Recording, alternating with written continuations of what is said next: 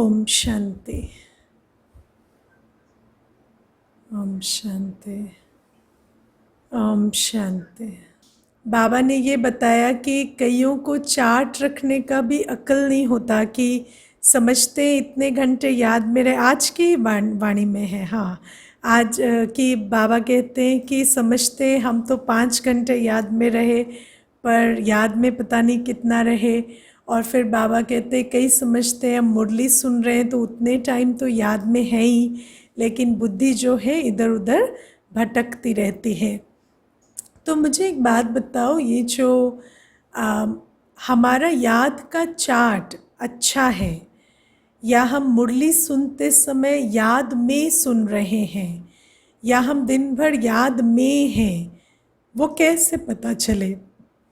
क्या क्या इंडिकेशंस हैं कि हाँ ये आत्मा जो है ये अच्छा योग कर रही है या बाबा की याद में रहती है, या मुरली हमने बाबा की याद में सुनी, इसका क्या उसमें निशानियाँ दिखाई देंगी? इंडिकेटर्स हैं कि खुश रहेंगे, अथक रहेंगे, स्टेबल अवस्था रहेगी, क्योंकि मुरली में बाबा हमें स्मृति दिला रहे हैं अपनी शक्तियों की, अपने गुणों की।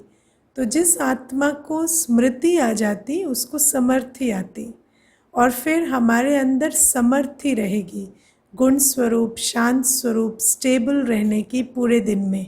तो पता चलेगा कि हमने मुरली ठीक से सुनी। बाबा हमें कई बार वाणियों में एक बात कहते हैं, मैं जानी जाननहार तो नहीं हूँ, लेकिन बच्चों की चाल चलन से चार्ट समझ जाता हूँ। आज भी बाबा ने कहा ना, बच्चों की चाल चलन से मैं समझ जाता हूँ कि इनका चार्ट जो ये लिख रहे हैं ये ठीक नहीं है। तो हम जो भी पुरुषार्थ करते हैं उसका रिफ्लेक्शन हमारी चाल चलन में आएगा। यदि चाल चलन में अभी भी इम्पेशंस है, अभी भी इरिटेशन है, अभी भी ओवर थिंकिंग है, अभी भी किसी को कुछ का कुछ बोल रहे हैं, तो इसका मतलब है कि ना हम बुद्धि योग लगाकर मुरली सुन रहे हैं। मुरली भी एक इंटेलेक्चुअल एक्सरसाइज हो गई है कि हम सुन तो रहे बाबा क्या कह रहा है, लेकिन किसे कह रहा है, मुझे कह रहा है, उसका स्वरूप बनते जाना वो हम नहीं कर रहे। ये इंडिकेशन है, ठीक है। तो चाल चलन में दिखाई देता है। आज बाबा ने नशे की भी बात की है ना, और मैं ऐसा समझती हूँ कि ज़िंदगी में नशा बहुत ज़रूरी होता है ना, क्योंकि अगर नशा नहीं है किसी को तो फिर उसको वो जिसको आप किक कहते हैं या हाई कहते हैं वो कहाँ से मिलेगा। तो आजकल तो क्या है कि मनुष्य के पास असली नशा नहीं है, तो फिर वो क्या करता है, वो टेम्पररी नशे के पीछे जाता है। चाहे वो धन का नशा है, चाहे वो स्मोकिंग सिगरेट अल्कोहल का नशा है, चाहे वो ब्यूटी का नशा है, चाहे वो पोस्ट पोजीशन का नशा है। हर एक के जीवन में कोई ना कोई नशा होता है। अगर नशा ना हो तो वो आत्मा जो है वो ड्रिवन फील नहीं करेगी, उसके जीवन में कोई ड्राइव नहीं होगी, उसके जीवन में उमंग उत्साह नहीं होगा। तो आज बाबा भी नशे की बात कर रहे हैं, लेकिन बाबा 2 प्रकार के नशों के बारे में बताते हैं। बाबा कहते हैं, बाबा तीसरा नशा तो बोलते ही नहीं, वो जो शराब और वो वाला नशा तो बाबा नहीं समझते कि बच्चों के लिए वो बात रेलेवेंट है। लेकिन बाबा 2 और प्रकार के नशे की बात करते। बाबा कहते देहाभिमान का नशा, जिसको बाबा उल्टा नशा कहते हैं, और दूसरा बाबा कहते हैं जिसको आप स्वमान का नशा कह सकते हैं या सत्य नशा कह सकते हैं या नारायणी नशा भी कहा जाता है।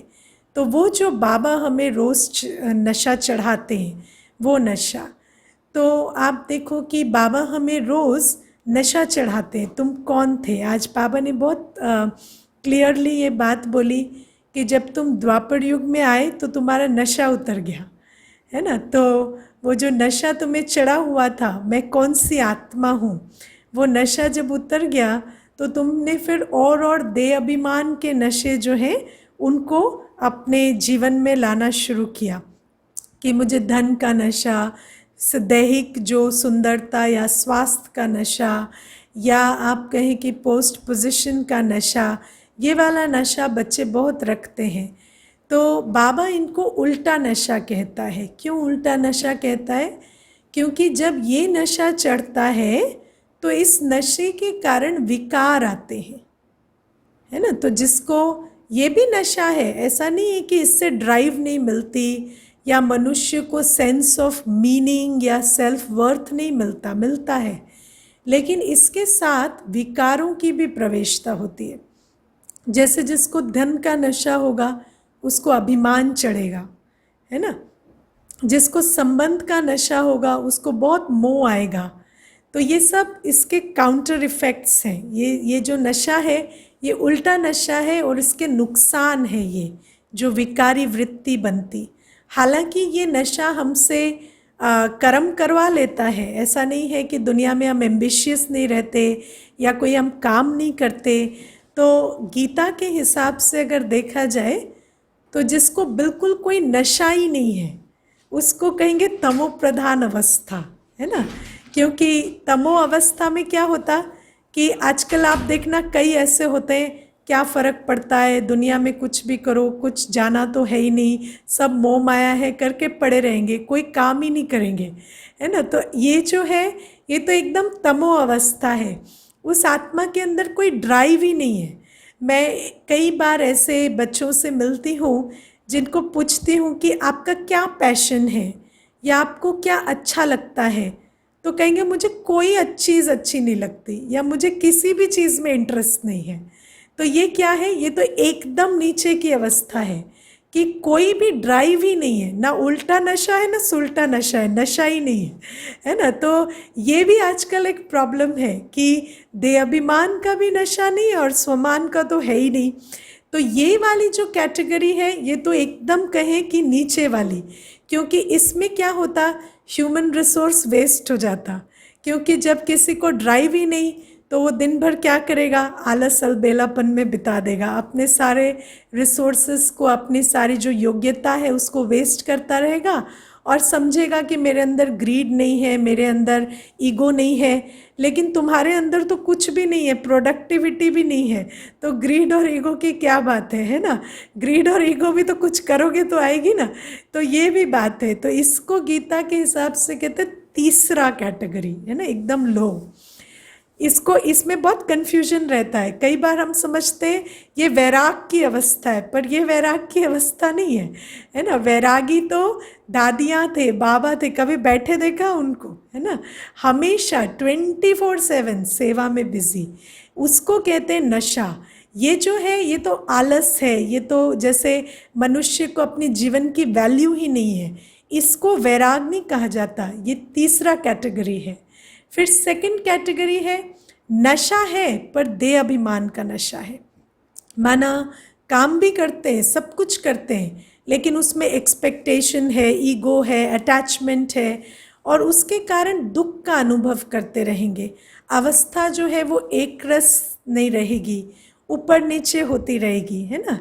तो ये जो देह अभिमान का उल्टा नशा है, इसमें क्या होता कि हम प्रोडक्टिव तो रहते पर हम नेगेटिव एनर्जी भी बहुत कंट्रीब्यूट करते और इसी के कारण हम वैसे हाथों से कर्म करते, लेकिन हम बुद्धि से, मन से जो नकारात्मकता क्रिएट करते, क्योंकि हमारे अंदर विकार है तो उस कारण से जो नकारात्मकता क्रिएट होती उसके कारण वो बोझ भी चढ़ता रहता। तो एक तरफ काम भी कर रहे हैं और दूसरी तरफ विकर्मों का बोझ भी चढ़ रहा है। इसीलिए आजकल जो मनुष्य है, जो आप देखो बड़े एम्बिशियस और बड़े ड्रिवन होके काम कर रहे हैं पर अंत में संतुष्ट नहीं महसूस कर रहे हैं या दुख का अनुभव कर रहे हैं, तो ये इस उल्टे नशे के कारण है ना। और फिर बाबा कहते कि तीसरा है सुल्टा नशा, या आप कहें सबसे ऊपर की कैटेगरी है कि हम सब कुछ कर भी रहे हैं लेकिन इसलिए नहीं कर रहे कि मुझे क्या मिलेगा, इसलिए कर रहे हैं कि मैं कौन हूँ, है ना। तो इसलिए कोई कर्म नहीं करना है कि इससे मुझे ये मिलेगा, इसलिए करना है क्योंकि मैं कौन सी आत्मा हूँ, मैं 16 कला संपूर्ण आत्मा हूँ। मुझ में बाबा ने इतना गुण, इतनी शक्तियाँ कूट कूट कर भरी है। ड्रामा अनुसार मेरे अंदर इतनी योग्यता है, मुझे भगवान ने इतना नवाजा है। तो ऐसी आत्मा को, ये हमारा अपने प्रति धर्म है, हमारा इस ड्रामा की गिफ्ट के प्रति धर्म है कि हम अपनी योग्यता को स्व की उन्नति और दूसरों की सेवा में इन्वेस्ट करें। इसको कहते हैं सतो प्रधानता। और बाबा हमेशा हमें मुरली में याद दिलाते हैं कि तुम कौन सी आत्मा हो, तुम्हारी क्वालिटी क्या है, तुम्हारी शक्ति क्या है, तुम किसकी संतान हो। ऊंचे ते ऊंचे भगवान की। तो देना या दूसरे का कल्याण करना या दूसरे को सहयोग देना या सबको अपलिफ्ट करना, ये तो तुम्हारे लिए जैसे नेचुरल सी अवस्था है, इसके लिए कोई मेहनत नहीं लगती। तो बाबा हमें रोज़ रोज़ नशा चढ़ाते हैं, मैं कौन हूँ का। और जैसे दुनिया में तो नशा चढ़ाते हैं ना, क्या मिलेगा उसका नशा। जैसे आपको कोई सामान बेचेगा या आपको कोई कहीं मेंबर बनाएगा तो क्या कहेगा, ये देखो इस स्कीम में इन्वेस्ट करोगे ना तो तुम्हें इतना लगाओगे, इतना मिलेगा, इतना मिलेगा। तो बाबा कहते हैं कि वो नशा तो प्राप्ति का नशा है और ये नशा स्वमान का नशा है कि मैं कौन सी आत्मा हूँ और जिस कैटेगरी की मैं आत्मा हूँ, मुझे किसी प्राप्ति की तरफ देखकर पुरुषार्थ नहीं करना है। प्राप्ति तो जैसे मेरे चरणों की धूल है, मैं जहाँ जहाँ जाती हूँ वहाँ प्राप्ति जैसे मेरे सामने बिछाकर कारपेट और मेरा वेट करती है। लेकिन मैं किस कैटेगरी की आत्मा हूँ, मैं कौन सी देव आत्मा हूँ, मैं किस ऊंचे ते ऊंचे पिता की संतान हूँ, ये बाबा हमें रोज़ नशा चढ़ाते हैं। और मैं आपको थोड़ा सा अनुभव की भी बात बताऊं कि बहुत समय तक हम लोग जब पुरुषार्थ करते हैं ना शुरुआत में, तो क्योंकि एकदम से सुल्टा नशा चढ़ाना इतना आसान नहीं होता, तो बहुत समय तक उल्टे नशे के आधार से ही पुरुषार्थ करते हैं ना, कि बाबा बैठा है, प्रोटेक्शन होगी, ये मिलेगा, वो मिलेगा, है ना, या इसका ये करेंगे तो इसका ये नुकसान हो सकता है, या थॉट्स का ये इफ़ेक्ट होता है, वर्ड्स का ये इफ़ेक्ट होता है। तो कहीं ना कहीं उस नुकसान के कारण हम पुरुषार्थ करते रहते हैं। लेकिन वो भी जो पुरुषार्थ है वो सतोप्रधान कैटेगरी का पुरुषार्थ नहीं करेंगे, पर ये भी है कि हम कोई तमो से सीधा सतो अवस्था में जा भी नहीं सकते। तो पहले तो रजो आता ही है ना, कि सेवा करेंगे तो कम से कम दुआएं मिलेंगी, वो भी एक रहता है। या हम ये समझते हैं कि हम ये कार्य करेंगे तो इसमें बाबा का सहयोग मिलेगा या मदद मिलेगी, तो ये सब कुछ रहता है, एक्सपेक्टेशन से हम यहाँ भी करते हैं। लेकिन अब बाबा बार बार मुरली में जैसे इशारा सा दे रहे हैं कि अब इस अवस्था को चेंज कर दो बच्चों, और अब कोई भी चीज़ तुम कर रहे हो तो ये नहीं सोचो कि इससे मुझे ये मिलेगा, चाहे वो सूक्ष्म आस ही है, क्योंकि जो हमारी स्थूल आस थी वो तो पता नहीं ख़त्म हुई या नहीं, लेकिन ऐसा अज्यूम किया जाता है कि अब स्थूल चीज़ों के तो ऊपर उठ गए, लेकिन इससे दुआएं मिलेंगी, इससे ये मिलेगा, ये चलता है। लेकिन अब कुछ भी सोचना नहीं है, अब अपने को पहचान कर ये मैं हूँ, चाहे कुछ मिलता हो ना मिलता हो, दिस इज़ मी। तो जब मैं ही ये हूँ, मैं देव आत्मा हूँ या मैं शिव बाबा की, स्वयं भगवान की रचना हूँ, तो मुझे किस प्रकार का पुरुषार्थ करना है, किस प्रकार का कर्म करना है, वो फल पर डिपेंडेंट नहीं है, वो तो मेरे स्वमान पर डिपेंडेंट है। और बाबा हमें रोज़ रोज़ यही नशा चढ़ाते जा रहे हैं। तो हम लोग जैसे इंग्लिश की क्लासेस कराते हैं तो कहते हैं, Don't let regret be the foundation of your effort. Let realization be the foundation of your effort.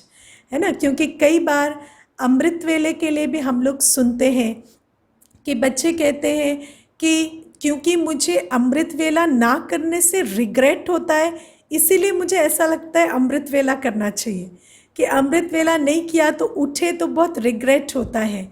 लेकिन बात रिग्रेट की नहीं है, बात रियलाइजेशन की है कि मैं कौन हूँ।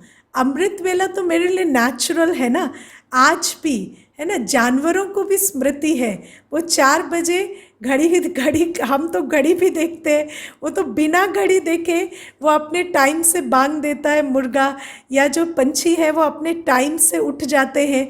तो क्या हमारे अंदर जानवर जितनी भी अक्ल नहीं है, या हमारे अंदर उनसे भी लो कॉन्शियसनेस है? तो ये तो मेरी एक रियलाइजेशन की, मेरी डिग्निटी की बात है। और अगर हम इसको इस तरह से नहीं देखते तो फिर हम रिग्रेट के आधार से जब पुरुषार्थ करते हैं तो रिग्रेट का बोझ इतना होता है कि रिग्रेट के बोझ के कारण हमारी ऊंची अवस्था ही नहीं हो पाती। जब हम रिग्रेट में जाते हैं तब हम अपने को किस तरह की बातें कहते हैं, ये क्या बात है, हम क्यों नहीं उठ पाते, मेरी तो जैसे ये आदत सी हो गई है, या मेरे अंदर तो यही संस्कार हो गया है, या लोग क्या कह रहे होंगे, या घर वाले क्या देखते होंगे कि क्या पुरुषार्थ चल रहा है। तो आप सोचो, हमने अपनी जो अपने बारे में ही अपने आप को किस तरह की बातें कह दी। तो ऐसी आत्मा के अंदर फिर क्या ही शक्ति होगी कि वो पुरुषार्थ करे। तो इसलिए बाबा कहते अपने आप को ये मत बताओ कि मेरे अंदर क्या कमज़ोरी है, क्या कमी है। अपने आप को याद दिलाओ कि मैं कितनी ऊंची हूँ। बाबा मुझे इतनी ऊंची दृष्टि से देखता है। और ध्यान दो कि उल्टे नशे का भी संस्कार है ना, तो सिर्फ नशा ही नशा ना रहे, नशा कर्मों में भी ट्रांसलेट हो, है ना। तो अपने आप को इसीलिए सबसे पहले प्रश्न यही पूछा कि जिसकी अवस्था अच्छी होगी उसके कर्मों में नज़र आएगा। तो हम अपने कर्मों से, अपनी चाल चलन से प्रूफ दें कि मैं इस तरह की आत्मा हूँ। तो ये बाबा हमें रोज़ नशा चढ़ा रहे हैं। और जैसे आज बाबा ने कहा ना, बैरिस्टर जो होता है, तो जब वो एडमिशन लेता है स्कूल में, तो ऐसा तो नहीं है उसको पहले ही दिन नशा रहता है कि मैं ये हूँ या ये बनने वाला हूँ। जब वो स्कूल जाता है तो सिर्फ एडमिशन लेता है, लेकिन धीरे धीरे उसको अपनी प्रोफेशन की इम्पोर्टेंस समझ में आने लगती है। धीरे धीरे उसको समझ आता है कि मैं जो ये ट्रेनिंग कर रहा हूँ या डिग्री ले रहा हूँ, इससे मैं कितनी कमाई कर सकता हूँ। और धीरे धीरे फिर उसको वो नशा चढ़ने लगता है कि मैं ऑर्डिनरी नहीं हूँ, मैं तो एक्स्ट्रा ऑर्डिनरी हूँ, है ना। और आप देखो कि मैंने ऐसे बहुत बच्चों को देखा है जो सिविल्स या कोई ऐसा एग्ज़ाम क्लियर करते हैं, तो शुरुआत में उनकी अवस्था कैसी होती है, वो ऐसे साधारण होते हैं, उनके मुख से भी ऐसे शब्द निकलते होते हैं कि मेरे से तो कुछ नहीं हो पाएगा या ये नहीं हो पाएगा। लेकिन जैसे जैसे वो पढ़ाई करते जाते हैं, फिर एक एग्ज़ाम पास किया, दूसरा पास किया, तो उनके अंदर स्वमान आता जाता है कि मैं तो ऑफिसर हूँ, मेरे अंदर तो ये ऑफिसर क्वालिटी है या मेरी ये प्राप्ति है। और धीरे धीरे उनको वो जो उल्टा नशा चढ़ता है तो दूसरे का अपमान भी करना शुरू कर देते हैं। वही आत्मा जो पहले जो सबका सम्मान करती थी वो अपमान भी करने लगते हैं। तो ये बहुत ग्रेजुअली होता है। तो बाबा कहते हैं वो भी दिन भर क्या करते हैं, मैं ऑफिसर हूँ, मैं ऑफिसर हूँ, मैं ऑफिसर हूँ, ऐसे रटते रहते हैं। तो उनको उल्टा नशा चढ़ जाता है। हर एक जो उनको ऑफिस में रोज़ मिलता है तो उनको उस दृष्टि से देखता है कि ये तो ऑफिसर है, सब सलाम करेंगे, नमस्ते करेंगे, तो फिर उनको उल्टा नशा चढ़ जाता है। तो बाबा कहते ऐसे ही जब तुम बच्चे जो हो, तुम्हें वैसे नशा नहीं था कि मैं कौन हूँ, लेकिन जब तुम रोज़ बाबा की दृष्टि से अपने आप को देखते हो, इसीलिए तो कहते हैं ना, मुरली सुनना बहुत ज़रूरी है। मुरली सुनना मतलब बाबा के सामने बैठना, बाबा की दृष्टि से अपने आप को देखना। बाबा मुझे किस दृष्टि से देख रहे हैं, उस दृष्टि से अपने आप को 1 घंटे देखना। और जब हम उस दृष्टि से अपने आप को देखते तो वो दृष्टि हमें रंगती जाती है और हमें भी जैसे याद सा आता जाता है कि मैं कौन हूँ। और भगवान मुझे इतने सम्मान से देखता है तो मैं कोई साधारण तो नहीं हूँ। और जैसे जैसे अपने आप को वो स्मृति आती तो फिर अपने अंदर वो गुण भी जो है वो इमर्ज होते जाते। तो बाबा इसीलिए ये नशे की जो मुरली है आज चला रहे थे। तो अब आपको शायद क्लैरिटी हो कि किस किस प्रकार का हमारा नशा है। और रजो अवस्था बताया ना, रजो अवस्था मतलब जब हम सब कुछ करते हैं पर देह अभिमान के नशे से करते हैं, तो वो रजो अवस्था है।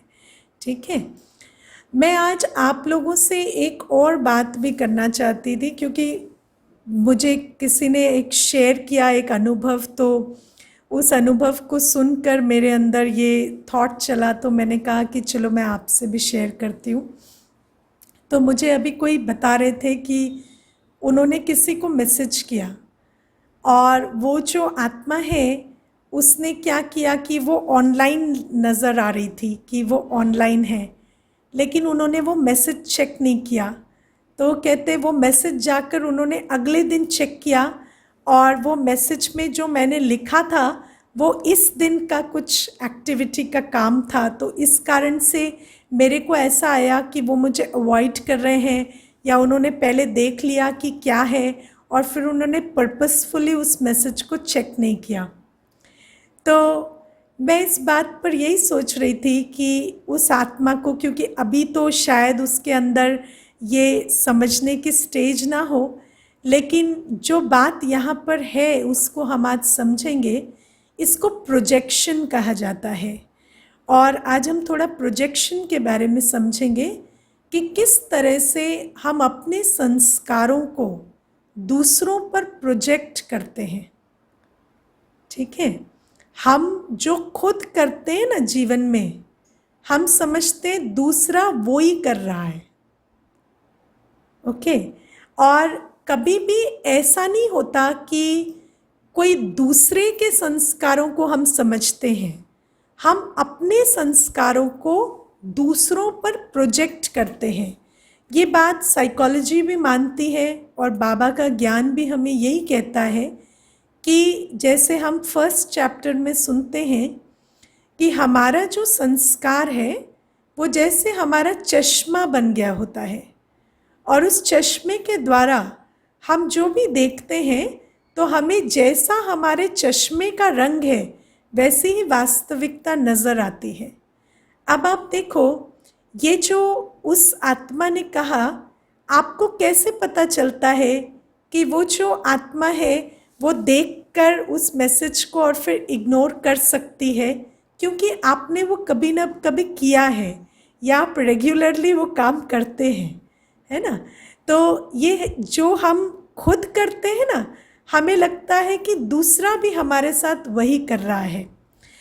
और ये जो चिंतन है ये बहुत एनर्जी ड्रेन करता है, क्योंकि सच बात ये है कि अगर भी उस आत्मा ने आपको इग्नोर किया, मान लीजिए उसने इग्नोर भी किया, लेकिन आपने उसको मैसेज भेजा है, तो आपने हाथों से तो मैसेज भेज दिया कि आई नीड योर हेल्प या आई नीड योर कोऑपरेशन, लेकिन आप यहाँ से उसको फिर क्या मैसेज दे रहे हैं?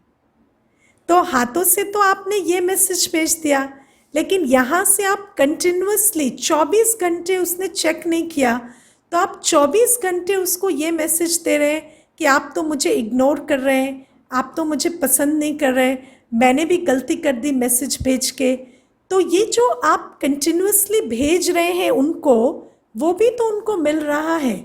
तो जो आपने पहले मैसेज भेजा था उसके सफल होने के चांसेस तो घट ही रहे हैं ना।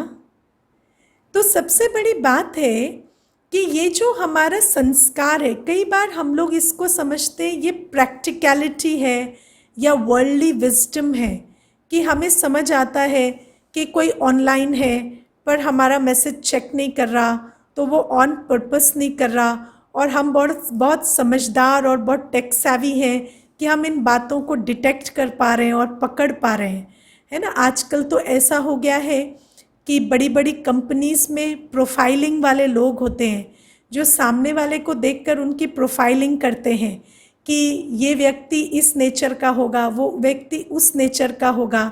लेकिन सबसे बड़ी बात है कि जब भी आप किसी की प्रोफाइलिंग कर रहे हैं तो आपके अंदर उसके प्रति जजमेंट आ रहा है, आप उस आत्मा के प्रति नेगेटिव सोच रहे हैं, तो आपके मन का क्या हाल हो रहा है? तो हम समझते तो हैं हम बहुत स्मार्ट हैं, या हमें दुनिया की समझ आ गई है, या ये तो जो दूसरा है जिसको मोबाइल यूज़ नहीं करना आता उसको तो ये डबल टिक की बात भी नहीं पता, या सिंगल टिक की बात भी नहीं पता, या ब्लू टिक की बात नहीं पता, या उसको ये भी नहीं पता ऐसे इग्नोर किया जा सकता है। लेकिन सबसे बड़ी बात है, बाबा इसीलिए कहते हैं बुद्धू बहुत अच्छे हैं, क्योंकि ये जो जितने समझदार हैं ये खाली अपने मन को ही दूषित कर रहे हैं अपनी समझदारी से। तो ये भी हमारे एक देखने की बात है कि अगर हमें पता चल भी गया कि वो आत्मा मुझे इग्नोर कर रही है, तो इसमें इतनी समझदारी वाली क्या बात हुई। उससे मेरा काम है, मैंने उसको अप्रोच किया, उसने मुझे अगर इग्नोर भी किया तो भी मुझे ये याद रखना है कि नहीं, मैंने उसको अप्रोच किया है, वो अभी नहीं, 6 घंटे के बाद, 6 घंटे के बाद नहीं, 12 घंटे के बाद भी अगर वो मैसेज चेक कर रही है और वो उस चीज़ को पढ़ रही है, तो मैं उसको वो सकाश दूँ कि वो मेरा काम जो है वो बने। सबसे बड़ी बात तो ये है ना। तो हम ये जो प्रोजेक्शन करते हैं, ये बहुत बहुत डेट्रीमेंटल है या काउंटर प्रोडक्टिव है। और इससे भी बड़ी बात ये है कि ये बहुत सूक्ष्म होता है। तो आप खुद करते हैं, उस चीज़ को आप अपने आप को कलर करने से रोक नहीं सकते। तो अगर हम खुद ये करते हैं, दूसरे को इग्नोर करते हैं, या हम उसको देखकर उसका मैसेज चेक नहीं करते, तो हम भले ही ये क्लास अटेंड करेंगे, लेकिन जब तक हम वो संस्कार नहीं बदलेंगे, तब तक हम ये चीज़ को चेंज नहीं कर सकते, क्योंकि हमारा प्रोजेक्शन हमारे संस्कारों के कारण है, और संस्कारों को बहुत मुश्किल से परिवर्तन करके उस प्रोजेक्शन को चेंज किया जा सकता है। तो एक छोटी सी बात है कि हमारे जीवन में हम देखें कि जो भी हम महसूस करते हैं दूसरे के बारे में, वो एक्चुअली मेरा अपना संस्कार है। और जब मैं उसको बदलूँगी, मान लो मैंने ये डिटेक्ट कर दिया, इसी एग्जाम्पल से लेते हैं, और मैंने क्या किया, अब से मैंने एक डिसिप्लिन बनाया कि मुझे जिसका भी मैसेज आया, अगर मैंने देख लिया है तो मैं उसे चेक करके मुझे जो भी उसको उत्तर देना है वो मैं दे दूँगी। अगर मुझे उनको हाँ कहना है तो मैं हाँ कहूँ, ना कहना है ना कहूँ। अगर मुझे उनसे टाइम लेना है कि हाँ मुझे 6 घंटे दो, मैं विचार करके बताऊँगी, तो वो भी मुझे उनको कन्वे कर देना है। मुझे किसी के भी संकल्प नहीं चलवाने हैं। और आप देखो, ये कर्म की गति भी है। आप किसी के संकल्प चलवाते हैं तो आपके भी संकल्प चलते हैं, और आप किसी के नकारात्मक संकल्प चलवा रहे हैं तो आपके नकारात्मक संकल्प ना चले, ऐसा नहीं हो सकता। तो इसीलिए ये कर्म की गति को जब हम समझ जाते हैं, और हम समझते हैं कि अगर मैंने किसी का मैसेज देख लिया, चलो मुझे उससे बात नहीं भी करनी है, तो भी मैं क्लियरली बताऊँ, नहीं मेरा स्केड्यूल बिजी है और मैं अभी बात नहीं कर पाऊँगी, और मैं उसको एक टाइम दे दूँ, या मैं कहूँ कि I will get back to you. लेकिन उसको मैं संकल्प चलाने की परिस्थिति में ना छोड़ूँ। तब जाकर अगली बार जब मेरे साथ यही परिस्थिति होगी, तो मैं किसी के लिए संकल्प ना चलाऊं, उस पोजीशन में मैं रहूंगी, क्योंकि इससे सिर्फ मेरे संकल्प चलते हैं और मेरा मन दूषित होता है। इसके बाद दूसरी बात इसमें यह भी आती है कि हमारी दृष्टि से सृष्टि बनती है और हमारी वृत्ति से वायुमंडल बनता है। तो जिसके लिए हम जैसी वृत्ति रखेंगे, जिसके लिए हम जैसी दृष्टि रखेंगे, वो वैसा ही बनेगा। और बाबा ने हमें सबसे बड़ा हथियार ही यही दिया है कि तुम अपनी दृष्टि से किसी की सृष्टि बदल दो, तुम अपनी वृत्ति से वातावरण को बदल दो। तो यदि हम इसी को छोड़ दें और अपनी दृष्टि को ही किसी के लिए मलिन रख दें, तो हमारे पास फिर पावर ही क्या रहेगी। ऑलरेडी वो आपको इग्नोर कर रहे हैं, फिर आप अपनी दृष्टि में भी उस चीज़ को ले आए, तो फिर आप उसको बदलेंगे कैसे। तो सबसे बड़ी बात ये नहीं है, वृत्ति मीन्स एटीट्यूड है ना। तो सबसे बड़ी बात ये नहीं है कि वो कैसे हैं, क्योंकि वो जो भी हैं, आप उन्हें कैसा चाहते हैं, वो आपका मोटो है। आप ये मत देखें कि कौन क्या है, क्योंकि कोई भी आपके लिए टेलर मेड नहीं है, लेकिन आप उसे कैसा बनाना चाहते हैं उस पर आप अपना फोकस रखें। और उसमें सबसे बड़ा इम्पॉर्टेंट काम जो है वो आपकी वृत्ति, आपकी दृष्टि का है। तो इसीलिए उसको क्लीन रखना, उसको प्योर रखना तो हमारी जिम्मेवारी है ना। तो स्पिरिचुअल सेंस और वर्ल्डली सेंस, ये दोनों अलग अलग जाते हैं। अगर आप वर्ल्डली वाइज आएंगे तो आप स्पिरिचुअली फुलिश रहेंगे सो दिस इज समथिंग जो हमें जानना है। इसीलिए तो बाबा कहते हैं ना, इनसेंट बनो, है ना, चलाक मत बनो। चलाक जो होता है वो अपने पैर पर ही कुल्हाड़ी मार रहा है, क्योंकि वो समझता है मुझे दुनिया की बहुत अक्ल है। लेकिन दुनिया की अक्ल होते हुए भी तुमने किया क्या? तुमने अपने ही मन को मैला किया। तो तुमने ऐसी कौन सी अक्ल की बात की या अक्ल का काम किया? तो ये भी हमें देखना है। और इससे जुड़ी एक और बात है, जैसे आजकल लोग कहते हैं कि हमें हमें ट्रस्ट इश्यूज होते हैं, है ना, तो हम इसको ट्रस्ट नहीं कर पाते या उसको ट्रस्ट नहीं कर पाते, या हमें लगता है ये व्यक्ति मुझे धोखा देगा या वो व्यक्ति मुझे धोखा देगा। तो ये जो ट्रस्ट इशू है ना, इसका भी डायरेक्ट कनेक्शन हमारे अपने ट्रस्ट वर्दिनेस से है। ये हमारी अपनी ट्रस्ट वर्दिनेस से इसका डायरेक्ट कनेक्शन है। हम अपनी सिचुएशन में बहुत सारी गद्दारी करते हैं, इसीलिए हम दूसरे को भी उसी दृष्टि से देखते हैं। और सबसे बड़ी जो गद्दारी है वो हम श्रीमत में करते हैं, है ना। बाबा हमें कुछ कहता है, हम कुछ करते हैं, और उस कारण हमारे अंदर वो जो अपने ऊपर जो विश्वास है, बाबा ने हमें ये बात कही है, 4 संतुष्टता, स्व से संतुष्ट, परिवार से संतुष्ट, बाबा से संतुष्ट, है ना, और ड्रामा से संतुष्ट। ये 4 जो संतुष्टता है ये कैसे आती है? पहले स्व से संतुष्टता का जो आधार है वो है श्रीमत पर चलना। जब हम संपूर्ण श्रीमत पर चलते हैं, क्योंकि बाबा जो हम पर इतना निश्चय रखते हैं, हम पर इतना भरोसा करते हैं, जब हम उसी की अवहेलना करते हैं, जब हम उस बाबा की श्रीमत का उल्लंघन करते हैं, झूठ बोलते हैं, अपना चार्ट झूठा सबमिट करते हैं, बाबा की बातों को सुनाकर प्रेज तो ले लेते हैं, लेकिन बाबा जो कहता है वो नहीं करते, और वो किसी को नहीं सुनाते कि मेरे अंदर ये कमी है, ये कमज़ोरी है। तो जब हम इतनी गद्दारी करते हैं तो फिर ऐसी आत्मा के अंदर ये सेंस नहीं रहता कि मैं ट्रस्टवर्दी हूँ या मेरे अंदर कोई सात्विकता है या सत्यता है। और ऐसी आत्मा जो है उसके अंदर ये संस्कार बनता जाता है। अगर हम बाप से दगा करते हैं तो हम सबसे भी करते ही होंगे। हम किसी की एक्सपेक्टेशन पर नहीं चलते, और हमारे अंदर स्वार्थ विकारों के कारण हम मनुष्य आत्माओं के साथ भी इसी चलन में रहते हैं। इसीलिए हम जब किसी से मिलते हैं तो हमें ऐसा लगता है ये हमें धोखा देगा, लेकिन वो भी एक प्रोजेक्शन है। ऐसा नहीं है कि वो हमें धोखा देगा, इसकी पॉसिबिलिटी है, पर क्योंकि हम भगवान के नहीं बन सके तो हमें ये भरोसा नहीं होता कि ये भी मेरा बनकर रहेगा। और सबसे बड़ी बात है, इतना बड़ा यज्ञ बना, किस बेसिस पर बना? बाबा के निश्चय, बाबा की जो ट्रस्ट था बच्चों पर, उसी के आधार से तो बना ना। तो वो जो बाबा का ट्रस्ट था बच्चों पर, वो क्यों हुआ? क्योंकि बाबा, ब्रह्मा बाबा खुद श्रीमत पर चलते थे। बाबा खुद शिव बाबा के आज्ञाकारी, वफादार, ईमानदार रहे। तो बाबा इसी को प्रोजेक्ट करते हर आत्मा के ऊपर कि आप भी बाबा की आज्ञाकारी, वफादार, ईमानदार बच्चे हो। और जब हम बाबा वो प्रोजेक्ट करते तो फिर आत्मा के अंदर भी वही सृष्टि उसकी बनती जाती।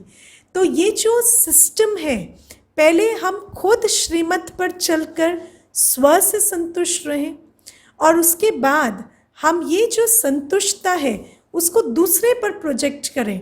और हमें ये भी निश्चय हो, जब मेरा कल्याण हुआ, जब मेरे इतने दुर्लभ संस्कार जो ऐसा लगता था कभी नहीं बदल सकते, वो भी बदल गए, तो ये हमें एक अपॉर्चुनिटी देता है कि हम सामने वाली आत्मा को भी ट्रस्ट करें। और जब हम उसको ट्रस्ट करते हैं तो वो आत्मा भी वो बनती जाती है जिस दृष्टि से हम उसे देखते हैं, क्योंकि वो दृष्टि में बाबा की शक्ति समाई हुई है। मैं आपको एक एग्जाम्पल बताती हूँ। जयंती दीदी जी का सभी को परिचय है ही, और जयंती दीदी जी हमेशा वैसे तो बाबा की मेंटोरशिप में हम सभी हैं, पर जानकी दादी जी की मेंटोरशिप में भी खास हमेशा जयंती दीदी रहे। तो एक ऐसी सभा होती थी जो बड़े बड़े धर्म नेताओं की सभा थी। तो हर साल जानकी दादी जी उस सभा में पार्टिसिपेट करते थे और ब्रह्मा कुमारीज के रिप्रेजेंटेटिव बनते थे। लेकिन एक साल जयंती दीदी उस सभा में रिप्रेजेंटेटिव बन के गए। मोस्टली तो वो दादी के साथ ही जाते थे, पर इस बार वो सोलो रिप्रेजेंट कर रहे थे। तो एक बुद्धिज़्म की बहुत बड़ी हेड थी लेडी, तो उसके अंदर ये आया कि कल तक तो ये असिस्टेंट बनकर आते थे, पर आज ये रिप्रेजेंट करने आए हैं। तो क्योंकि आपको पता ही है कि धर्म नेताओं में ये बात रहती है कि उनके यहाँ पर एक जो गुरु होता है उसके जैसा कोई दूसरा नहीं बन पाता, कोई भी वो सेम क्वालिफिकेशन नहीं ला पाता। तो उनको ये बात बड़ी अटपटी लगी। तो उन्होंने जयंती दीदी को पूछा कि आपको जानकी दादी जी ने ऐसी क्या ट्रेनिंग दी है कि आज आप उनकी गद्दी पर बैठकर ये काम कर पा रहे उनके बिहाफ पर, क्योंकि इतनी योग्यता कैसे आई, या क्या उन्होंने आपको ट्रेनिंग दी। तो जयंती दीदी ने उनको बहुत प्यार से कहा, दादी ने मुझ पर विश्वास किया है, दादी ने मुझ पर ट्रस्ट रखा है। तो वो जो लेडी थी वो उस बारे में बहुत सोचती रही और वो अपनी असिस्टेंट से भी उस बारे में अपनी भाषा में बात करती रही कि अच्छा, तो ये कितनी बड़ी क्वालिटी है। और सबसे बड़ी चीज़ है कि हम भी तो कुछ भी नहीं थे ना, तो बाबा ने जब हमें नीचे से ऊपर उठाया तो हमें ये भरोसा होता जाता है कि वो सर्वशक्तिवान जैसे मुझे उठा सकता है, किसी को भी अपलिफ्ट कर सकता है। लेकिन वो तब जब हम सचमुच अपलिफ्टेड हुए होंगे। अगर हम भगवान का बनकर भी अभी भी अंदर कुछ बाहर कुछ है, तो फिर हमें सामने वाले को देखकर भी ऐसा ही लगेगा कि ये भी ज़्यादा से ज़्यादा अच्छे हिपोक्रेट बन जाएंगे, पर ये वो नहीं बन सकेंगे जो भगवान चाहता है, क्योंकि हम खुद नहीं बने। मैं ऐसे बहुत लोगों को जानती हूँ जो कहते हैं कि हमने बहुतों को देखा है, परिवर्तन नहीं होता, क्योंकि उनके खुद के अंदर परिवर्तन नहीं आया। और ये जो प्रोजेक्शन है ना, इसकी भाषा क्या होती है, हमने बहुतों को देखा है, सबके अंदर यही होता है, सबके अंदर यही होता है। आपको कैसे पता किसी के अंदर क्या होता है? वास्तव में जो हमारे अंदर है वो हम इसी भाषा से व्यक्त करते हैं, ये सबके अंदर होता है।